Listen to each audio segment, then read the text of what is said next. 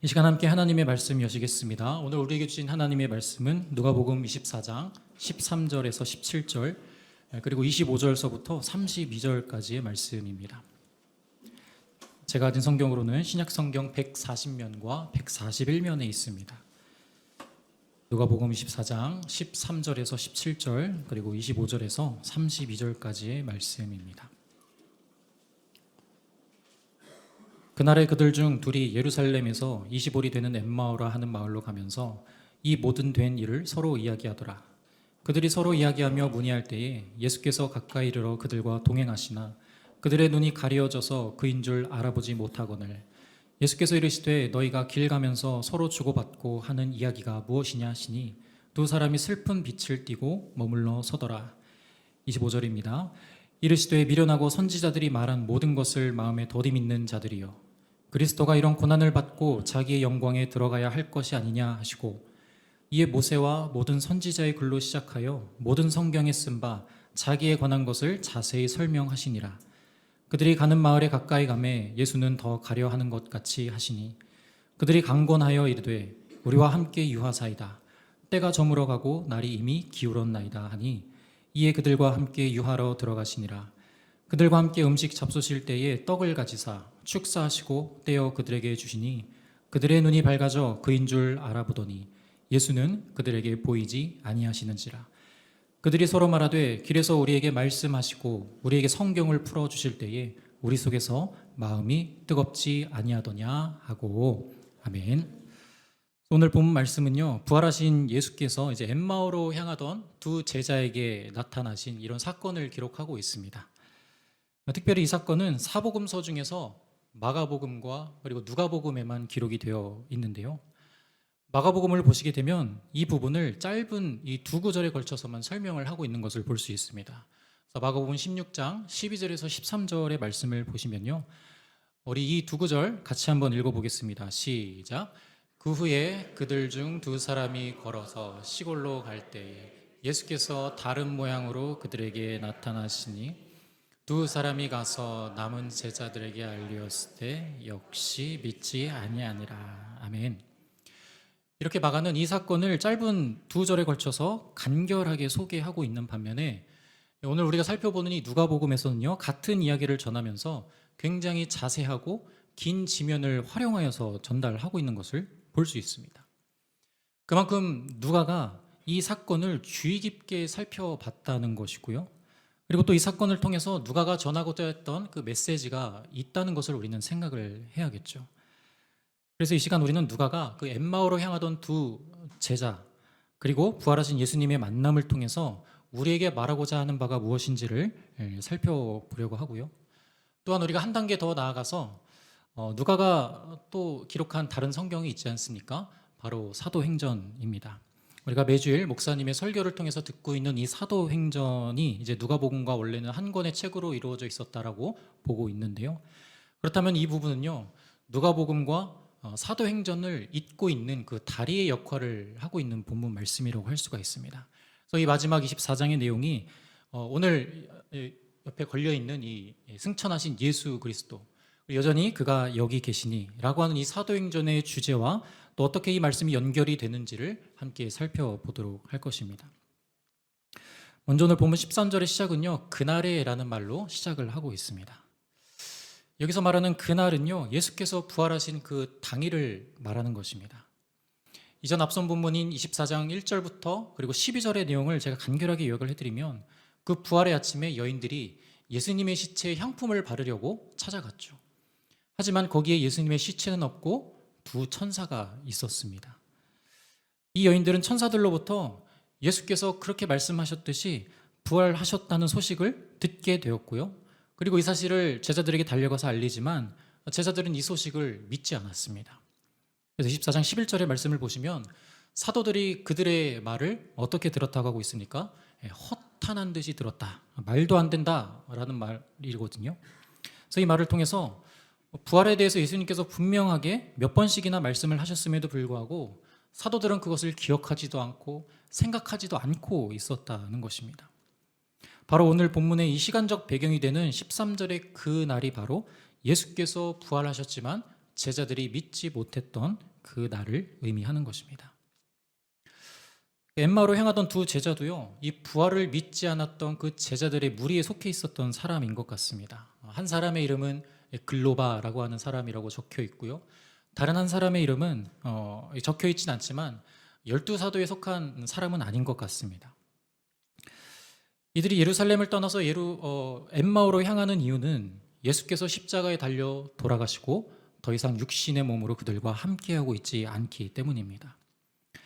우리를 로마로부터 구원해내고 새로운 왕국을 건설하여서 그들에게 많은 것들을 주리라 라는 것을 그들은 기대하고 예수님을 쫓아다녔지만 이제 그가 더 이상 우리와 함께하고 있지 않다라고 하는 이런 절망적 사실 때문에 더 이상 그들이 예루살렘에 머물 이유가 사라지게 된 것입니다.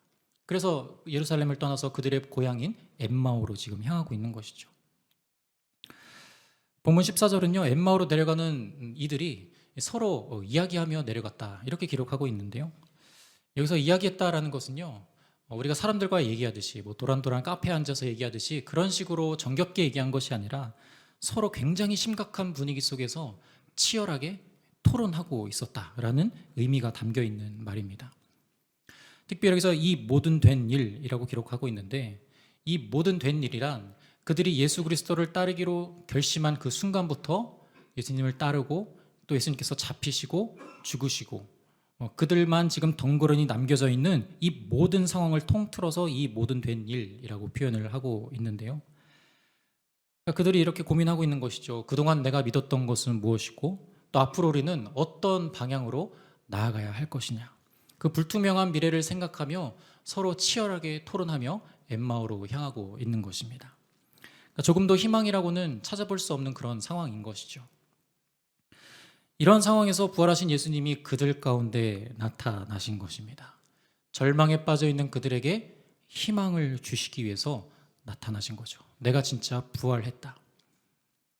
그런데 오늘 우리가 본문에서 주목해야 되는 점은요, 예수님께서 그들에게 나타나실 때 우리가 아까 살펴봤던 마가복음에서는 다른 모양으로 나타나셨다라고 기록하고 있었죠.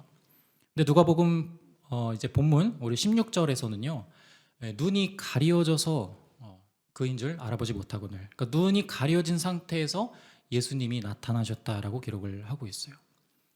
여기서 이 가려져라는 표현이 있는데요, 이 표현을 나타내는 헬라어 단어가 크라테오라고 하는 헬라어 단어입니다. 우리말로는 취하다, 손으로 잡다, 영어로 take라는 의미가 있는데요, 여기서는 이 능동태로 쓰인 것이 아니라 수동태의 의미로 쓰여져서 그들의 눈이 잡혔다, 그들의 시선이 누군가에게 잡혔다, 이런 의미로 사용이 되는 것입니다. 이 시선을 잡은 주체가 누구겠습니까? 바로 예수님이시죠. 예수님께서 그들의 시선을 잡았다라는 거예요. 두 제자의 시선을 주님께서 잡으셔서 의도적으로 그들이 예수님을 알아보지 못하게 하셨다는 것입니다.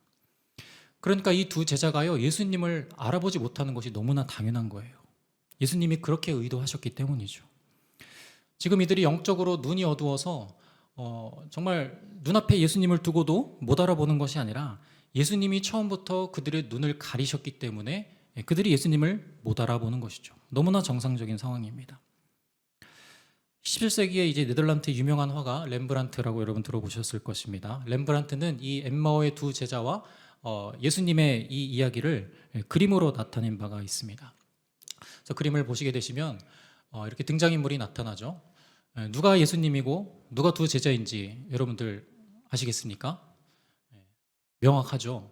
가운데 이렇게 있으신 분 머리를 길게 내리시고 심지어 섬광까지 이렇게 옆에 하얗게 하셨어요.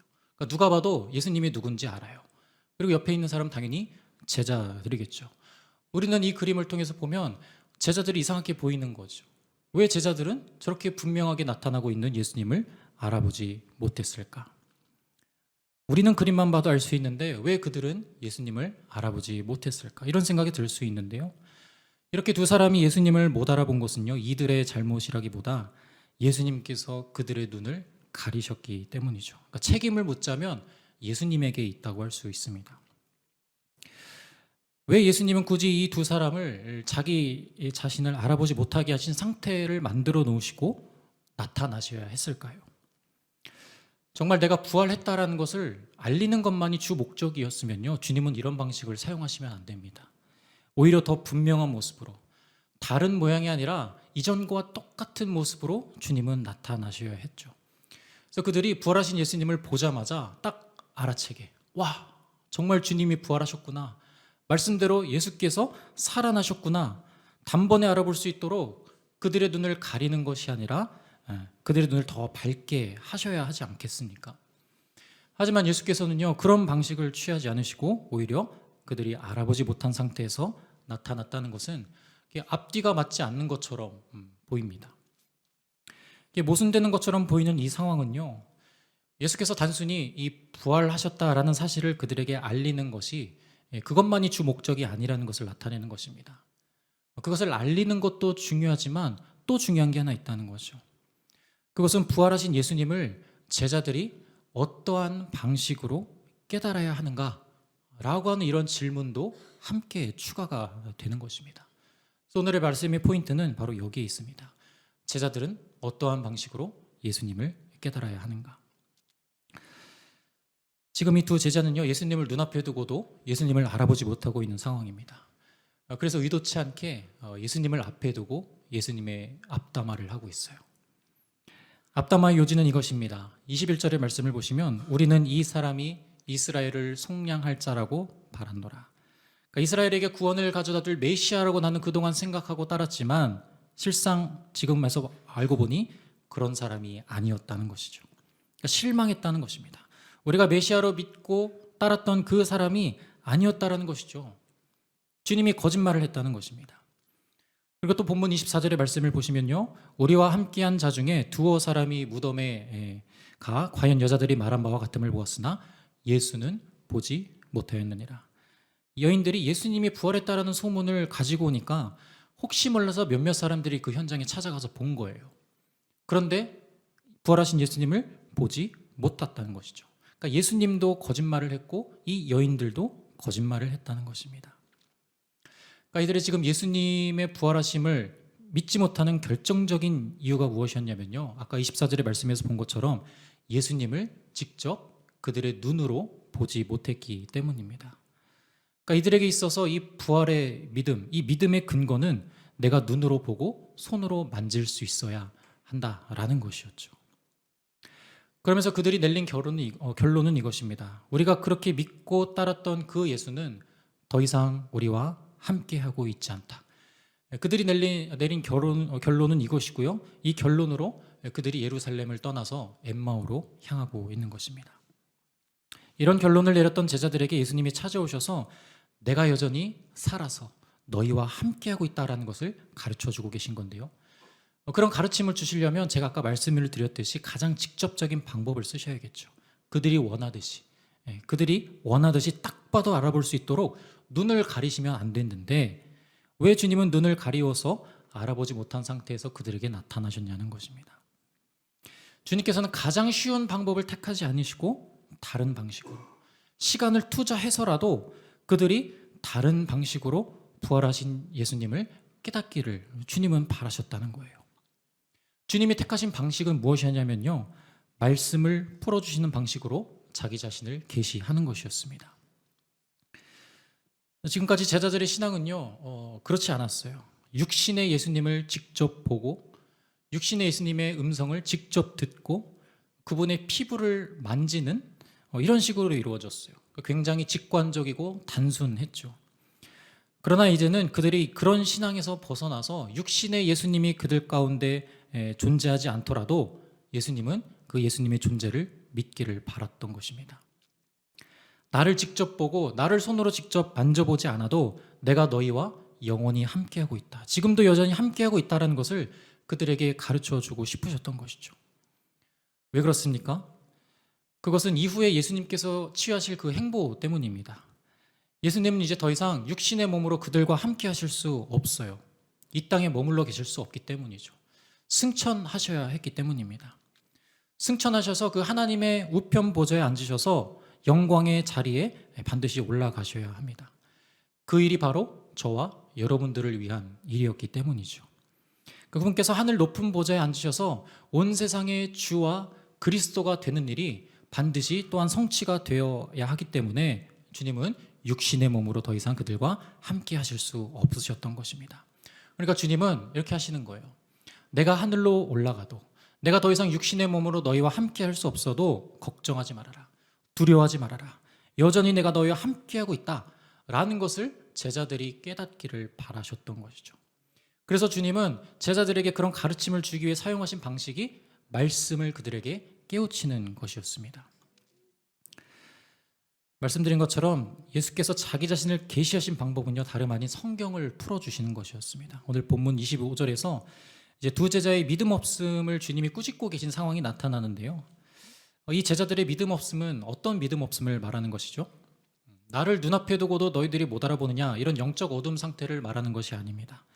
그들이 그동안 예수님을 따라다니면서 예수님을 통해 참 많은 말씀을 들었음에도 불구하고 그 말씀을 믿지 못하는 그런 영적 어두움 상태를 말하는 것이죠. 꼭 너희는 나를 눈으로 보고 만지고 내 음성을 들어야만 나를 믿을 수 있냐라고 하는 것입니다. 이 기록된 말씀으로는 불충분하냐는 것이죠. 여러분, 그들에게는 말씀이 있었습니다. 토라라고 하는 하나님의 말씀이 주어져 있었어요. 그리고 주님께서는 그 토라가 나에 관한 말씀이라고 말씀하셨죠. 나에 대한 그 모든 것이 이 성경에 기록이 되어 있는데 왜 너희는 내가 육신의 몸으로 너희에게 있지 않다고 해서 절망에 빠져서, 마치 내가 이 세상에 존재하지 않는 것처럼 절망에 빠져서 실망하고 있느냐. 주님께서는 이런 책망을 그들에게 전해주고 계신 것입니다.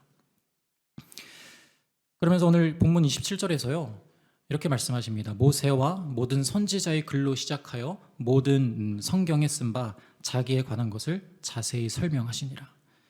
이렇게 주님이 자기 자신을 계시하시고 설명하시는 방법은요, 자기 자신을 분명하게 나타내시고 어떤 신비한 기적을 보여주시는 것이 아니라 그들에게 이미 있던 기록된 그 하나님의 말씀을 차근차근 풀어주시는 방식으로 자기 자신을 계시하셨다라는 것입니다. 이 기록된 말씀으로도 우리가 얼마든지 예수님을 만나고 경험할 수 있다. 주님이 이 말씀을 지금 전해주고 계신 것이죠. 이 말씀으로 자기 자신을 계시하셨던 예수님의 이 방식은요, 예수께서 부활하시고 또 승천하신 그 이후의 세대들, 우리 세대를 포함하여서 우리 이후의 세대들, 예수님께서 다시 오실 그 날까지 포함하는 그 모든 세대들이 어떻게 예수님을 만나고 체험할 수 있는가에 대한 명확한 기준을 제시하고 계신 것입니다.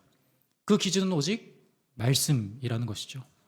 말씀이 중심이 되어서 말씀으로 계시하시는 예수님을 바라보는 시대를 우리는 살아가고 있다는 것이고요. 우리 신앙의 중심이 다른 것이 아니라 말씀 안에 세워져야 한다는 것입니다. 성도 여러분, 오늘도 우리는 얼마든지 예수님을 만나고 체험할 수 있습니다. 믿으십니까? 우리가 예수님을 눈으로 볼 수 없고 손으로 만질 수 없어도 우리는 이 말씀을 통해서 얼마든지 예수님을 만날 수 있다고요. 말씀을 읽고 듣는 그 자리가 저와 여러분들이 예수님을 만나고 체험하는 자리라는 것입니다. 그래서 이 말씀이 선포되는 이 설교의 시간이 굉장히 중요한 시간입니다. 그냥 여러 예배의 하나의 순서가 아니라 정말 이 말씀이 선포되는 자리가 우리가 예수님을 만나는 현장이라는 것이죠. 그렇기 때문에 말씀을 준비하고 또 선포하는 이 사역자들은요, 정말 내가 어떻게 하면 이 말씀으로 듣는 자들이 예수 그리스도에 대해서 경험하고 잘 알 수 있을까? 그것에 대해서 치열하게 고민하고 연구하고 또 기도해야 되는 사명감을 가지고 있는 것이고요. 또 듣는 성도님들은 이 시간들을 통해서 그냥 내가 좋은 말씀 들으러 왔다 이런 말이 아니라 내가 정말 이 시간 통해서 예수님을 만나야지, 예수님께 꼭 집중하는 시간이 돼야지 라고 하면서 설교에 우리가 집중하며 들어야 한다는 것입니다. 그러니까 전하는 자나 듣는 자가 다 예수 그리스도에게 점철되어야 한다는 것이죠. 그래서 이 시간이 정말 여러분 귀한 시간인 것입니다. 여러분들은 현재 예수님을 어떤 방식으로 또 만나고 체험하고 계십니까? 예수님을 만나야 한다고 한다면서 성경을 아예 배제시키는 사람들도 있습니다. 성경을 아예 배제시키고 어떤 신비한 현상을 주목하게 하여서 사람들을 잘못된 길로 인도하는 사람들이 과거에도 역시 많았지만 오늘날 우리에게 더 많게 느껴지는 것은요, 우리가 그런 것들을 너무나 쉽게 접할 수 있는 그런 시대가 되었기 때문입니다. 검증되지 않은 이런 신학적 내용들이 마치 진실인 것처럼, 그것이 사실인 것처럼 무분별하게 영상으로 만들어지고 배포되고, 또 그것을 우리가 너무나 쉽게 접근할 수 있고, 또 거기에 많은 사람들이 현혹이 되어서 막 환호합니다. 아멘 아멘 하며 댓글을 달아갑니다. 그런 식으로 현혹이 너무나 쉽게 될 수 있는 그런 시대를 우리가 살아가고 있다는 것이죠. 여러분, 절대로 그런 보여지는 현상에 현혹되지 마시길 바랍니다. 어떤 신비함을 추구하고 쫓는 그 사람들을 우리는 항상 조심하고 경계해야 합니다. 그런 신비한 체험을 해야 우리가 주님을 만나는 것이 절대 아닙니다. 내가 어떤 신비한 체험을 경험하지 못했다고 해서 내가 주님을 만나지 못한 것이 아니라는 것이죠. 내가 믿음이 없기 때문에 뭘 보지 못하고 어떤 소리를 듣지 못하고 어떤 신비한 체험을 경험하지 못하는 것이 아니라는 것입니다.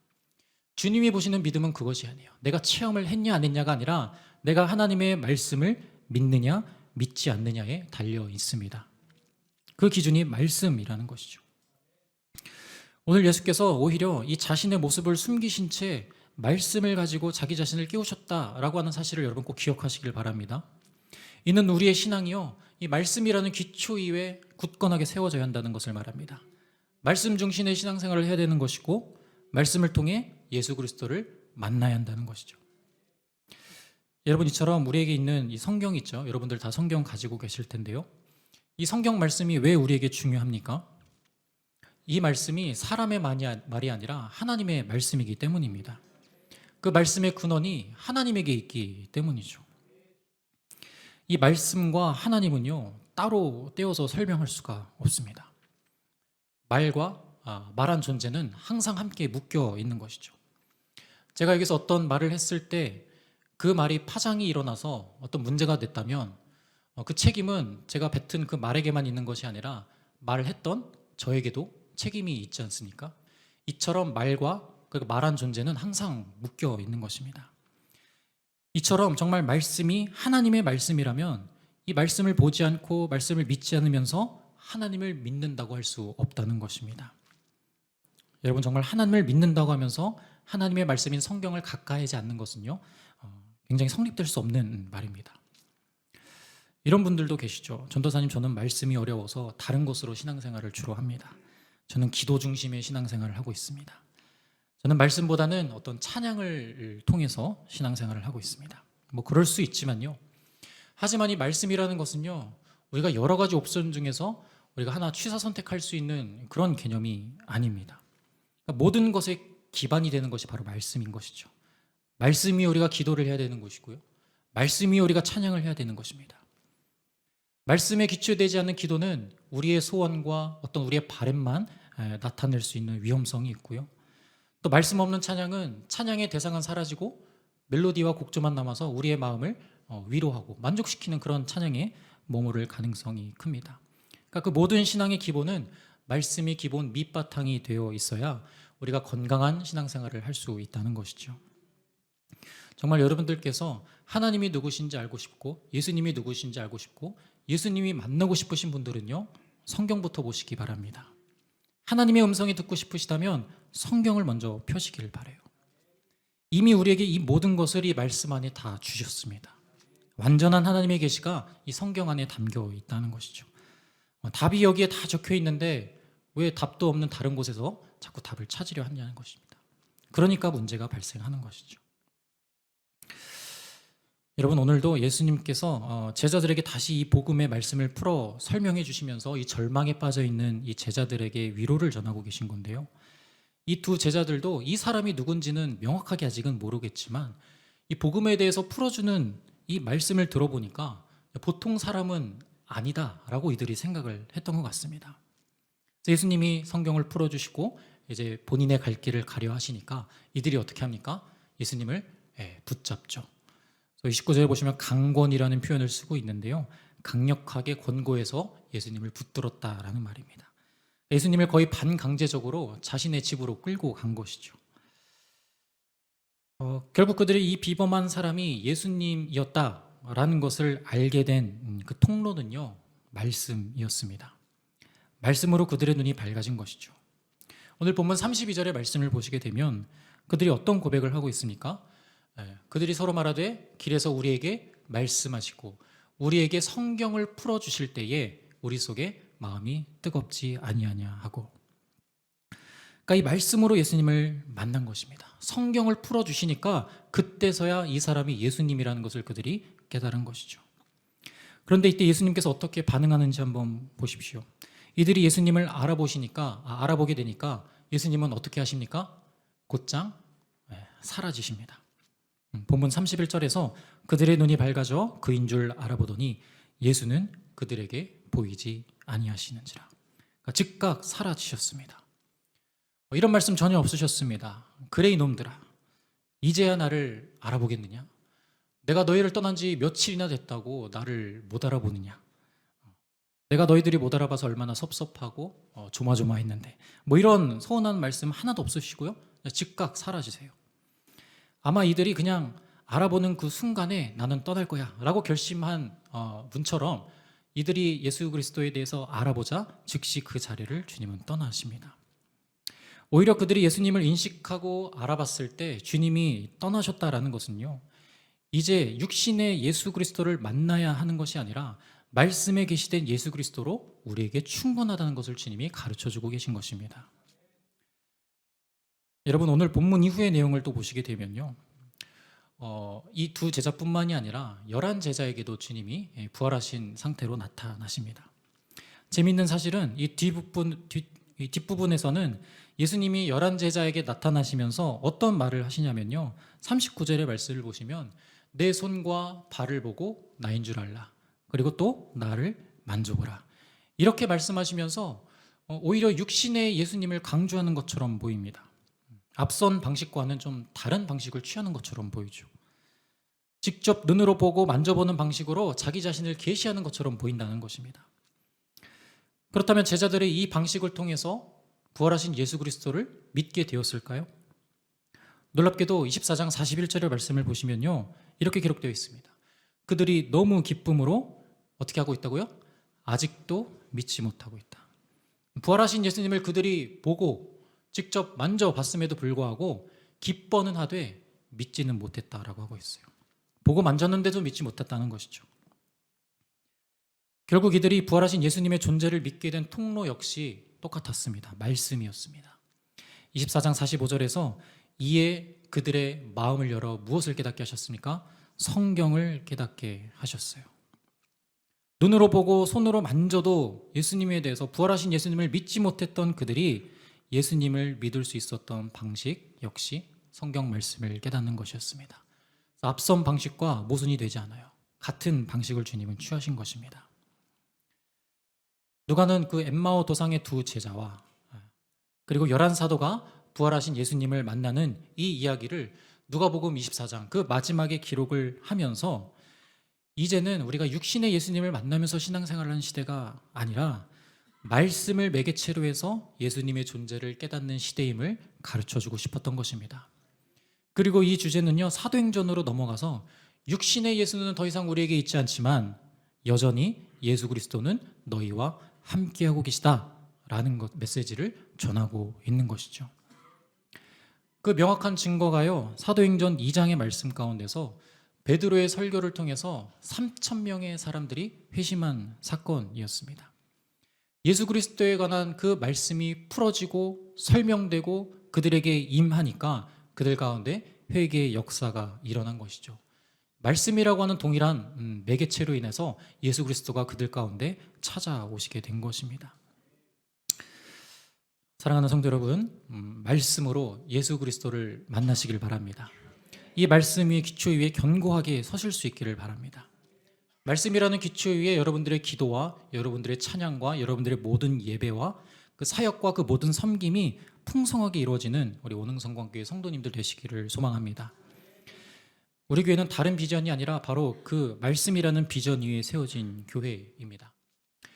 홈페이지 여러분 사진 한번 보시면요, 들어가 보신 분들은 한 번쯤 보고 읽어보셨을 것입니다. 우리 교회에 대해서 소개하고 있는 이런 소개글이 적혀 있는데요, 제가 원흥성광교회로 이제 부임하기 전에 한번 찾아봤어요. 근데 어떤 교회인지 제가 알고 와야 되잖아요. 궁금하기도 하고. 그래서 제가 찾아보니까 여러 글들이 있었는데 그 글 중에서 제 마음을 사로잡고 제 마음을 뛰게 했던 문장 하나가 있었습니다. 그 문장은 바로 제가 크게 썼던 것처럼 말씀, 텍스트 중심의 설교를 들을 수 있는 교회라는 것이었죠. 이 한 문장으로 원흥성광교회가 추구하고 원하는 교회 모습이 무엇인지 알 수 있었습니다. 그래서 마음이 뛰었어요. 물론 목사님이 너무나 미남이셔서 제가 그 사진을 보고 마음이 뛴 것도 있지만 제 마음을 더 크게 뛰게 한 것은 이 말씀 중심의 신앙생활을 할 수 있다라고 하는 그 한 문장 때문이었습니다. 그리고 제가 실제로 와서 이 교회에서 경험하고 느낀 바도 바로 그러했고요. 목사님을 비롯한 우리 성도님들 모두가 이 말씀을 사모하고 또 말씀을 사랑하는 모습을 제가 경험할 수 있었습니다. 여러분, 정말 이 말씀 중심의 교회에서 신앙생활을 할 수 있다는 것이 여러분들에게 정말 큰 축복이라는 것을 기억하시길 바랍니다. 점점 더 사람의 귀를 즐겁게 하고 또 사람의 마음을 만져주고 사람의 마음을 위로하는 이런 설교가 인기를 얻어가고 있는 이런 시대 가운데서 정말 하나님의 말씀이 중심이 되어 말씀이 말씀답게 선포되는 이런 교회에서 우리가 신앙생활을 하고 있다는 것이 정말 저 여러분들에게 큰 축복인 것이죠. 그것으로 여러분들의 자부심을 삼으시기를 바랍니다. 다른 것으로 여러분들 교회 자부심을 삼지 마시고요. 어떤 교회 건물이나 어떤 재정적 풍성함이나 어떤 교회인 수나 또 목사님의 명성이나 그런 것들을 통해서 교회에는요 자부심을 갖는 것이 아닙니다. 하나님의 말씀이 올바로 선포가 되는 그 교회가 바로 올바른 교회인 것이죠.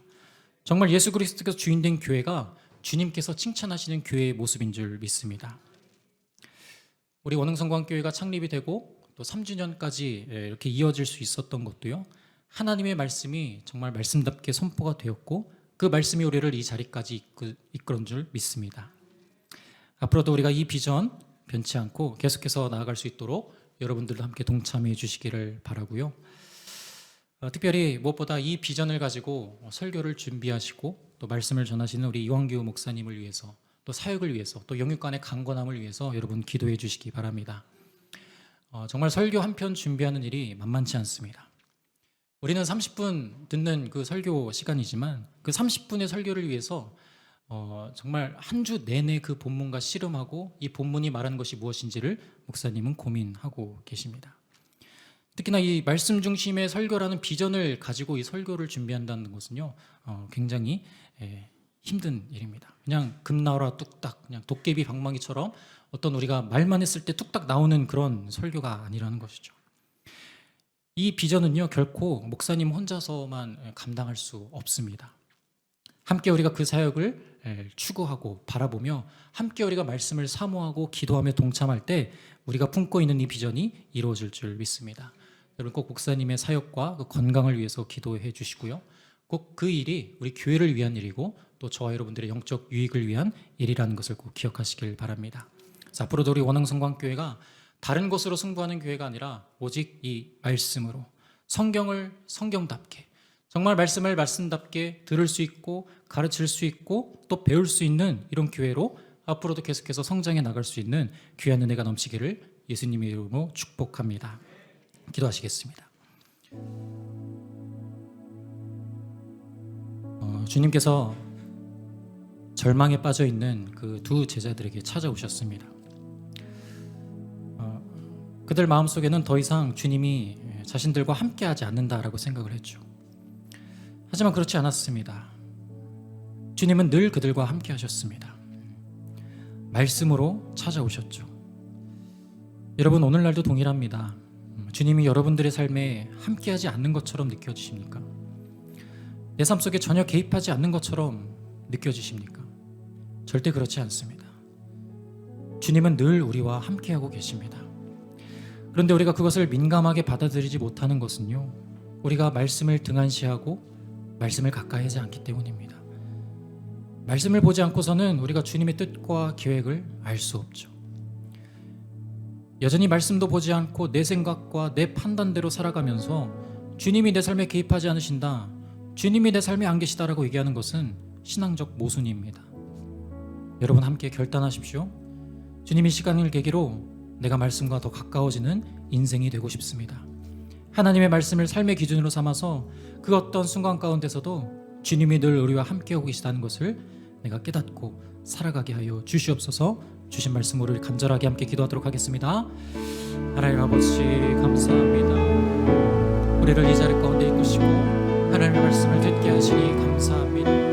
주님, 우리는 연약하고 쓰러지는 존재이지만 항상 절망에 빠질 수밖에 없는 연약한 존재이지만 주님이 늘 우리와 함께하고 계시다는 소리가 믿고 나아갈 수 있도록 우리를 인도하여 주시옵소서. 주님, 우리에게 믿음을 허락하시고 우리가 날마다 믿음으로 나아갈 때 우리가 말씀으로 주님을 만나게 하시고 말씀에 계시는 주님과 우리가 늘 함께 동행하며 우리에게 주어진 이 시련과 아버지 고통과 이 고난의 문제들을 하나님 해결하며 나갈 수 있도록 주님 인도하여 주시옵소서.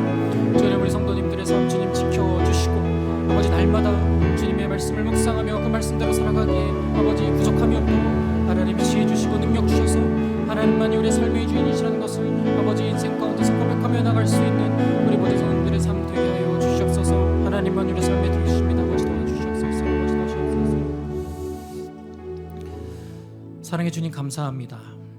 우리를 버리지 않으시고 우리 인생 가운데 매 순간 찾아오셔서 감사합니다. 우리는 지금도 늘 찾아오시는 그 주님을 발견하고 싶습니다. 민감하게 주님을 느끼고 싶습니다.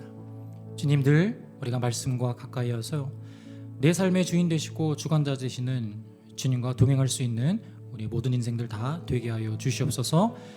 우리 모두가 말씀을 사모하는 마음으로 우리를 미혹하고 우리를 유혹하고 있는 이 세상 속에서 우리가 빛된 존재로 살아갈 수 있도록 주여 우리와 함께하여 주시옵소서.